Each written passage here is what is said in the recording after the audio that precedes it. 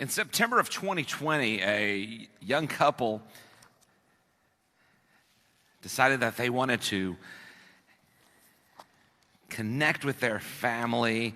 They had, spent time in kind of quarantine and isolation, and they were ready to kind of come out of that. And they wanted, they were expecting, and they wanted to celebrate with their family and friends by having a gender reveal party. If you're not familiar, this is a party where you get everyone, your friends and family together, and you sort of say, we're having a boy or we're having a girl, and everyone is excited at the announcement, and oftentimes there is some sort of creative way of displaying either pink or blue to indicate that you're having a girl or a boy. Well, this couple had purchased some sort of firework that was supposed to shoot out colored smoke, blue for a boy, pink for a girl. And the firework, the pyrotechnic, malfunctioned, and it shot sparks out instead of smoke. And the sparks caught fire in this park, and the family could not put out the fire. That fire burned for over 2 months. It destroyed over 20,000 acres of woods in Southern California. It destroyed 6 homes, damaged 10 others, injured 12 people, and killed 1 firefighter. And it started with sparks. Just sparks in the right conditions, the right heat, the right level of dryness, and that little fire spread. It became one of the worst disasters in fact, that part of the state of California, there had not been a fire nearly that large in well over 100 years. They don't even have records of there ever being a fire that destructive in that part of the state. And it all started with a small fire. In the book of James, chapter 3, verses 5 and 6, he says how great a fire is started from a small fire.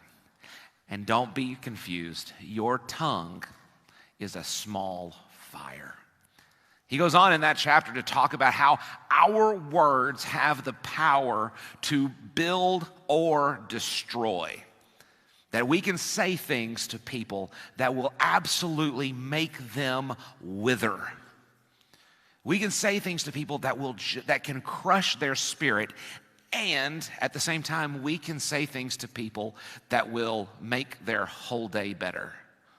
I mean, just their whole day much better because they heard from us.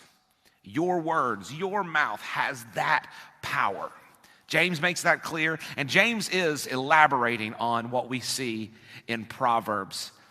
In Proverbs, we see in several places the power of our words. And the author of Proverbs, Solomon, he's expressing to his son, listen, be careful how you use your words. His encouragement is that he wants his son to be wise with his words. And I would say that all of us want to be wise with our words. And so this morning, I want us to take some lessons from Proverbs so that we can try to be wise with our words. And the first point that I want to make is that if we're going to be wise with our words, first we have to control what enters our ears.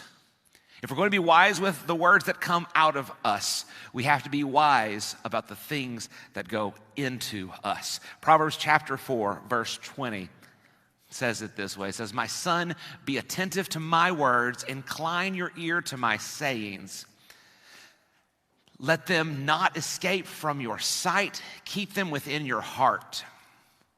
For they are life to those who find them and healing to all their flesh.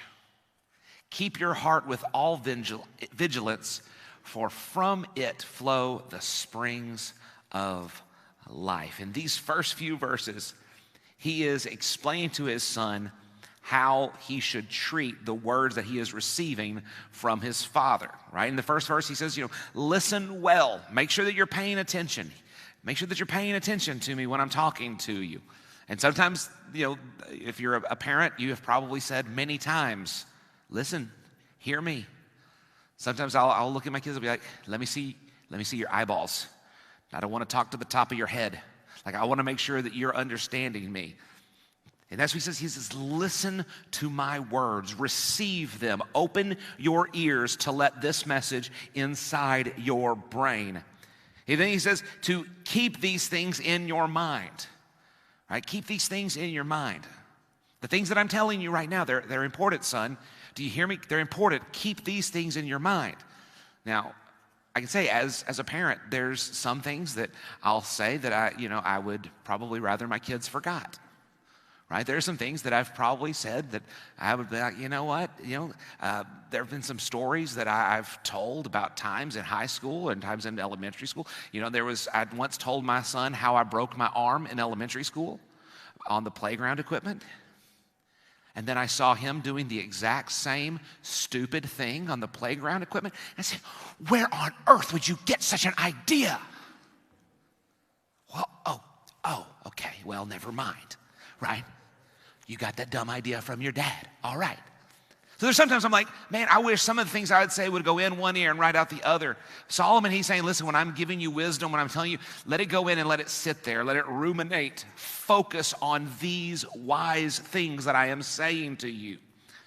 And then in the next verse, in verse 22, he says, for they are life to those who find them and healing to all of their flesh. He's saying that the words that he is giving, they are life-bringing, that they are affirming, they are encouraging. These are the things that will help him get through his life well. And then in verse 23, he says, this is probably my favorite verse in the whole Bible. It's Proverbs 4:23. And he says, keep your heart with all vigilance, for from it flow the springs of life. Now, that my favorite translation says, this above all else, guard your heart. Like, this above all else, guard your heart. He says, this translation, ESV says, with all your vigilance. And I have a hard time just saying that word. So I'm going to say, this above all else, with all vigilance, above everything else, guard your heart. This is the most important thing that Solomon is going to say to his son.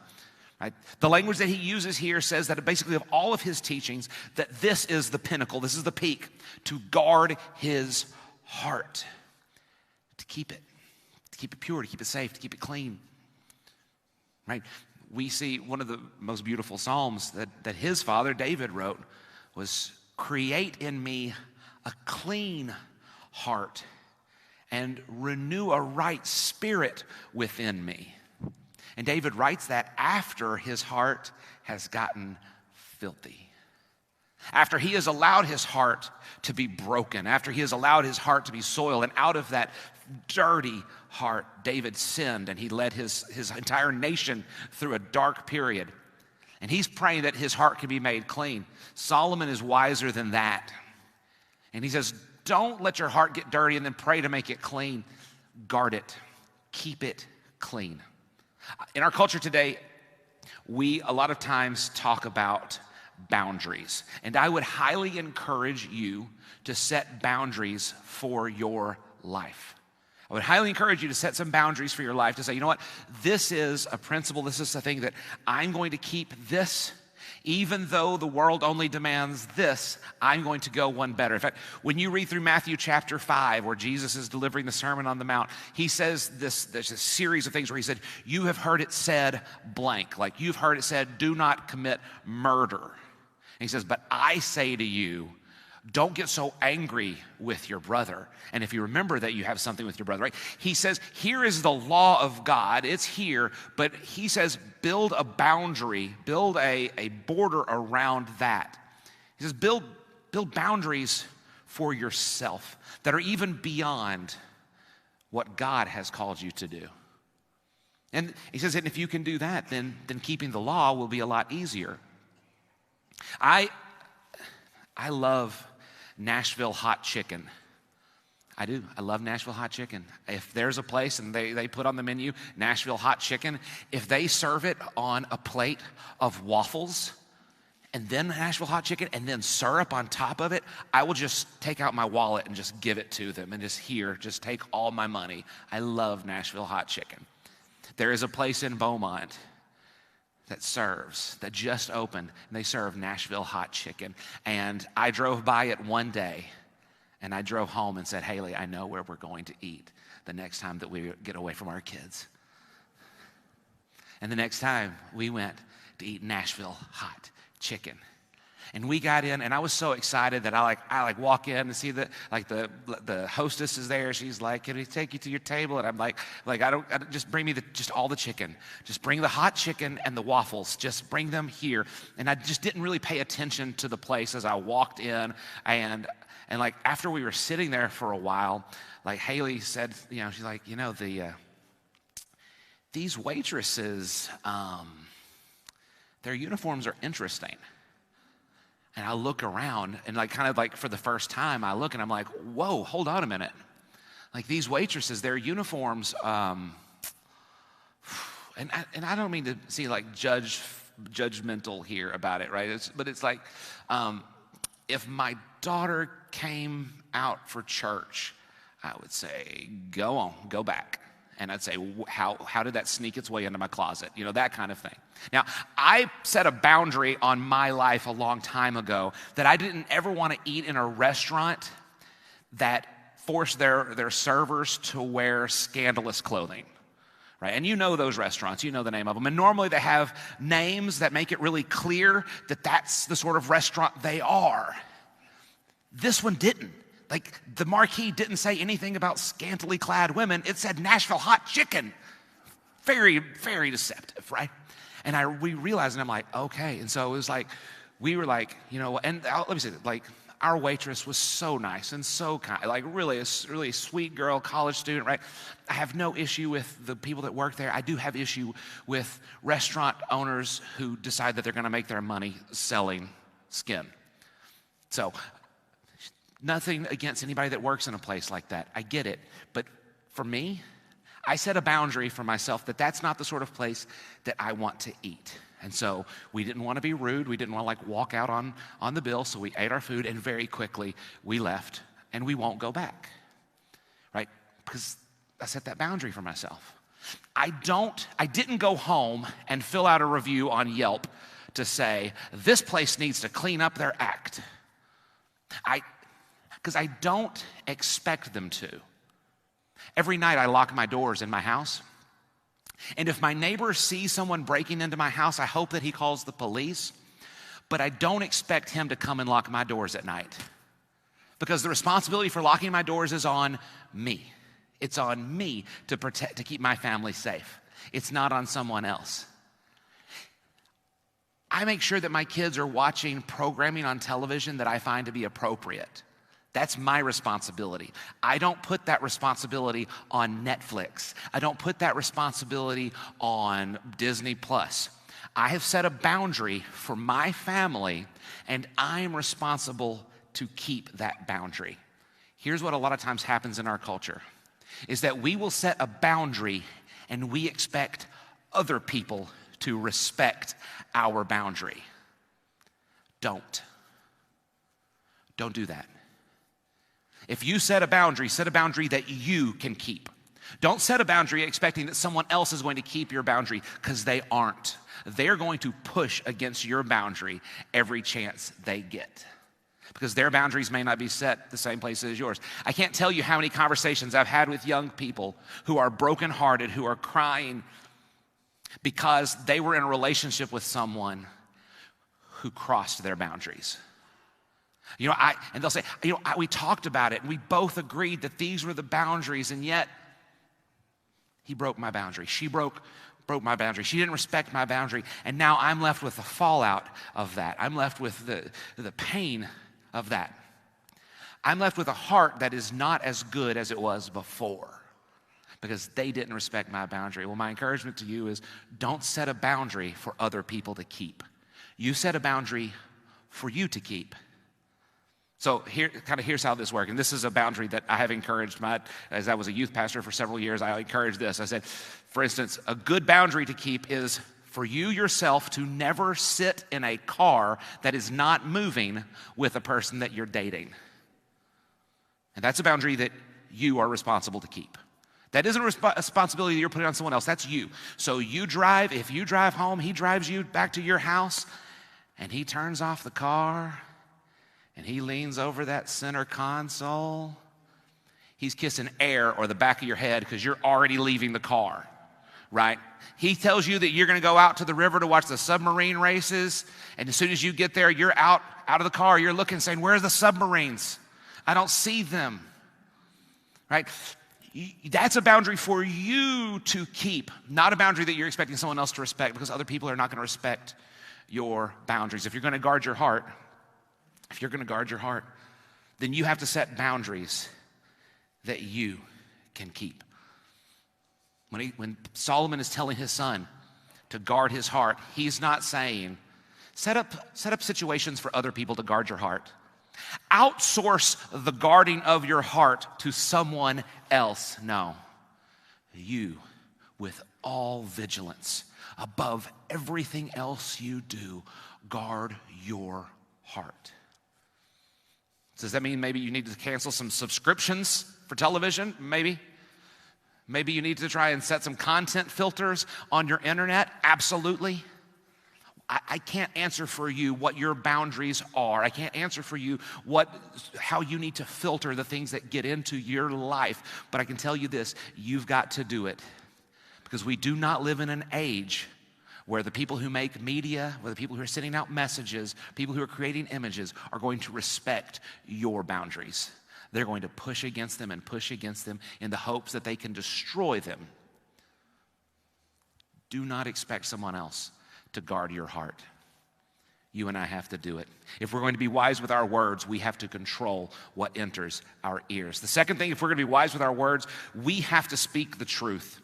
In Proverbs chapter 4, verse 24 through 27, he goes on like this. He says, put away from you crooked speech and put devious talk far from you. And there's two different kind of ideas here. Now, part of what Solomon is doing as he's writing this is he's putting it into a poetic form so that these two different, like every two lines connect. They're related to each other, but there's also some lines of distinction that are important. So the first thing he says here is put away from you crooked speech.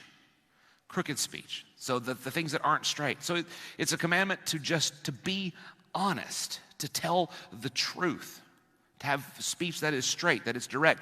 Then the second thing is, and put devious talk far from you, right? Sometimes you'll hear people, in fact, we see examples of this in the Bible when Satan's speaking, right? That he'll ask questions and he'll say things that aren't like technically lies. And it's not technically a lie, but it's also not pointing in the direction of truth. So the first thing is, make sure that you're telling the truth and don't be confused about what the truth is. That devious talk, if you're saying something that puts somebody in the wrong direction, right, that's devious talk. You know, I've tried to teach my kids to always answer questions honestly, directly, and interestingly, and I don't know if this is my instruction or just his personality, but my son, Dutch, man, he gets it, right? He will answer a question very honestly. If you're unsure about what you're wearing, don't ask Dutch, right? Don't ask him, right? Because he will tell you, give you an unvarnished truth. I took him to the doctor. He broke his arm a few weeks ago, and took him to the doctor. And as the doctor is interviewing him, kind of asking him questions, filling out some paperwork, he says, "Dutch, do you know how old you are?" And he said, "Yes." Which is the answer to the question she asked. And then she said, "Well, can you tell me how old you are?" And he said, "Yes." At that point, she laughed. She laughed and she says, "Dutch, how old are you?" "I'm 6. "Do you know when your birthday is?" I was like, "Oh, you did it again. You did," right? no deviousness in that speech, which isn't to say that he never does, but at least in that instance, right? Very direct, very much to the point, right? When we are speaking, we have an obligation to tell the truth. In the New Testament, when Jesus talks about it, he talks about how, that clean water and dirty water don't come out of the same well, right? Clean water and dirty water don't come out of the same well. And so we need to make sure that it is only clean water that's coming out of our mouth, that we don't speak any dishonesty. Because the person that tells you about Jesus, you want to know that they're telling the truth all the time. That this isn't just one of the many lies that they've told you. So we have an obligation that we tell the truth. And our obligation to tell the truth goes beyond just not lying, but it goes to the point of being direct, of telling the truth. In fact, in Matthew chapter 5, when Jesus is in that section where he says, you have heard it said, you've heard it said, do not lie or do not swear an oath. He says, I tell you, don't swear an oath by anything. Instead, let your yes be yes and your no be no. He's saying, conduct yourself with such integrity that your word is always taken as good. That is the encouragement here, that we speak truth. In those next few verses, he says, let your eyes look directly forward and your gaze be straight before you. Ponder the path of your feet, then all your ways will be sure. Do not swerve to the right or the left. Turn your foot away from evil. Now, everything he's talking about in those last three verses, it seems like has very little to do with the verse before, right? That first verse that I read was, about your speech, to not have crooked speech, but to speak, not have devious speech, but to speak very deliberately. And then he talks about your path. Well, what he's doing here is he's saying there is a connection between the words that you speak and the path that you take. There's a connection between the words that you speak and the path that you take. That if you are speaking lies, if you're speaking untruth, that the path you take will be a crooked one. The path you take will not be a straight one. So if you want to take a straight path, if you want to have a life that is lived in integrity, that it needs to start with your words. That your words need to be good. Sometimes I think we need to maybe think about it in this way, and that we live deliberately. That the words that we say, that we need to be careful of them, that we need to consider them so that they are deliberate, that they're chosen carefully, and that they match with what we hope to accomplish in our lifetime. You see, first thing we said was that we need to have boundaries, but having boundaries isn't enough. Because we need to have boundaries, but we also need to have a purpose. That these boundaries we set up are there to protect our lives, to protect our heart, but our heart needs to be dedicated to something. So we protect our heart from bad influences, but we can't just have a heart that is uninfluenced completely. We can't have a heart that is just sort of floating free in space, but instead we need to commit ourselves to accomplishing something. We need to have a purpose in life. We need to have a mission. And as Solomon takes this up, he says that's the path that you're taking. That's the path that you're taking, that you're not swerving left and right, but that all your ways will be sure. So we are protecting our hearts. What for? What are you protecting your heart for? What is the purpose of protecting your heart? And depending on where you are in your life, you may answer that question differently than you have at another part. Young people, I would say to you, protect your hearts so that when you get married, you are taking a pure heart into your marriage. So that when you stand up here one day and May or Rusty says, do you? Yes, you? Yes, your man and wife.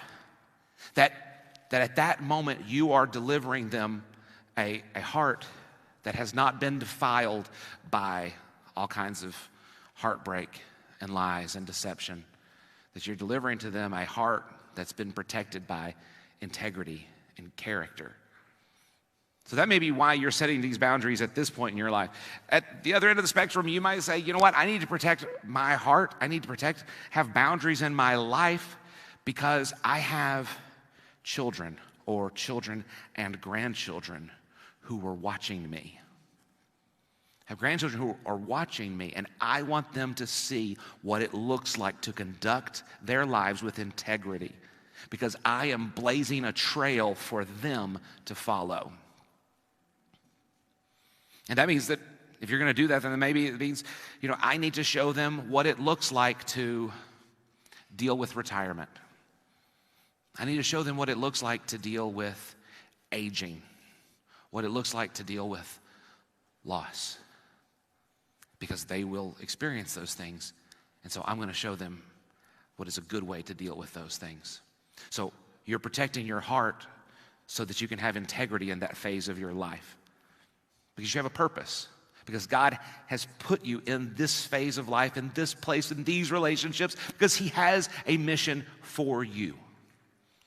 I think the third thing that we have to see, not only do we need to control what enters our ears, not only do we need to speak truth, but I think we need to use our words. If we're going to have wise words, then we need to speak healing. Proverbs 12, verse 18 says this: "There is one whose rash words are like sword thrusts, but the tongue of the wise brings healing." The tongue of the wise brings healing. Our goal should be that our words bring healing, that our words are encouraging. I don't know if it's ever happened to you. In fact, it happened to me last week. It happened to me last week, and I was at the Walmart in Bridge City. And yes, to answer the question you may be thinking, I did only go to the Walmart in Bridge City for the corn dogs. I thank Angie and Gary Locke for opening that door to me. I was there. I ate corn dogs and had a couple of things to get. Dax's birthday was coming up. I said, all right, let's go in here. We'll go shopping. And there was a man there, and he was very helpful, very helpful. Like, he was one of those, Walmart or retail employees that you can tell, like, he's excited to come to work in the morning. And, like, he genuinely wants to help people find the things that they need, right?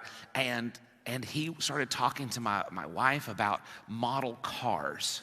And he's talking about model cars, and he's just, like, so excited. And, I'm the sort of person that, like, I'd never meet a stranger. I'll talk to people, at the gas station. I'll just talk to people kind of, all the time. That is not my wife, right? That is not her. She's just not this outgoing. And so what's crazy to me is how often people like me find her. So she's looking at model cars, and he starts telling her all about the model cars, and he's taking them up, and he's talking about this one, talking about this one, talking about the car that the car is modeled after, and how one time he had a car like this, but he never had a car like this, but he wanted a car like this. 15 minutes, y'all. 15 minutes, they are talking about model cars, and the rest of us are just standing there and, like, tears in our eyes from trying to contain the laughter, because I'll say this, she was as uncomfortable then as she is right now. Like, that's how uncomfortable, right? And I couldn't, like, I just couldn't contain it. And I cracked up laughing. I couldn't stop. Started laughing. And then he goes, walks away. Haley comes over, and she says, I understand what you were laughing at, but that man thinks you were laughing at him. And I was like, oh, wow. Way to ruin a joyous moment, right? And so I went to talk to him. And I went and talked to him. We ended up talking for another 15 minutes, which I think she ended up having to kind of separate us, because we probably could have talked all night, right?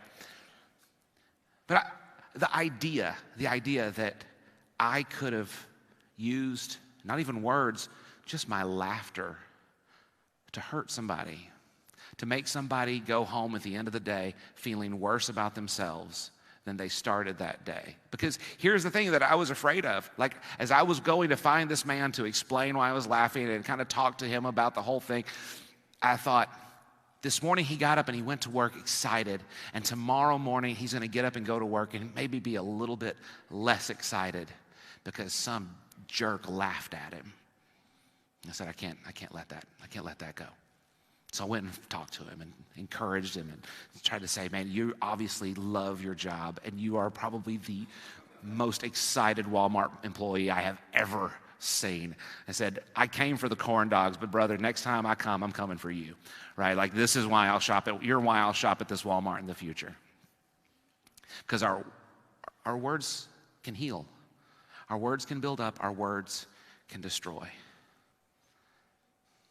So let's be deliberate in the way we use words. Let's be deliberate in the way that we use our words. A few months ago, I introduced this idea of why and how and what. And I think when we talk about our words, we have to set boundaries for ourselves. That's kind of what we're going to do. We're going to set boundaries for the things that we hear, maybe set boundaries for the things that we say. Maybe you need to look at your vocabulary and say, you know what, there are some of these words that I know are not okay. I know that these words might hurt people's heart. Maybe those words are what our society considers swear words. Maybe you need to delete those. Maybe the boundary you set with your words is to say, I want to be careful about the words that are critical. I want to be careful about saying critical words. I want to be careful. Maybe it's gossip. I'm going to cut gossip out of my mouth. But the what is the boundaries that we set. And the how is that we're going to conduct ourselves with integrity. And then the why is because we have a purpose. We have a mission. God has put us here to speak life into Orange, Texas. Do you know how easy it is to hear negative words in this town? It's easy. It's really, really easy. Every time I go to a restaurant, every time I sit in a public space. The other day, a couple of weeks ago, I was at the public library, which is supposed to be a place of quiet, contemplation, for reading. And I heard these two women talking, and it was so discouraging. The things that they were saying were so dark. I mean, I guess I could have turned on the television. Would I have found light there? Would I have found healing there? Would I have seen the love of God on display on our television? No. No, I'd have found fear. I would have found hatred. I would have found a lot of things that aren't going to bring healing, aren't going to bring life. Where do people in Orange go for life? Where do they go for life-affirming words? I hope it's churches. I hope that it's churches. I hope that it's our church. I hope that as people come here, as they go to our life groups, as they go to our small groups, as we eat meals together, as we study the Bible, as we worship together, I hope that the things that they hear from us are healing, that they are building people up. Because you can go anywhere and get torn down.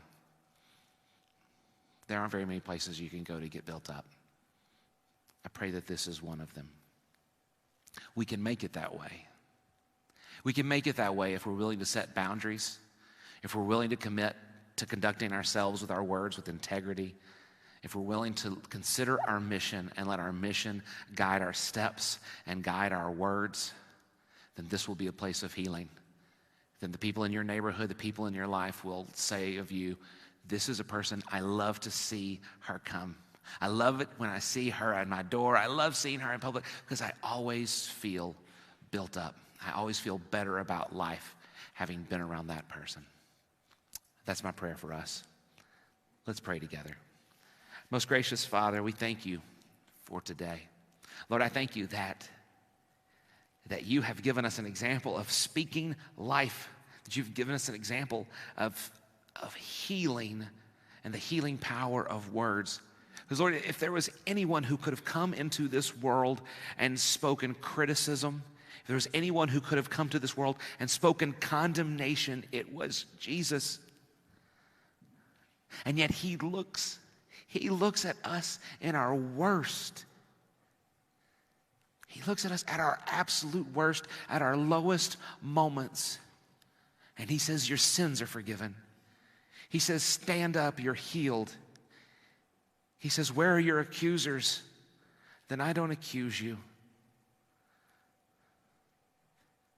Lord, I pray that you would help us to be transformed in our words, that our words would be words of healing, that we would see our mission here in Orange, that we would see our purpose and possibility, and that we would use our words with integrity to grow this place for you.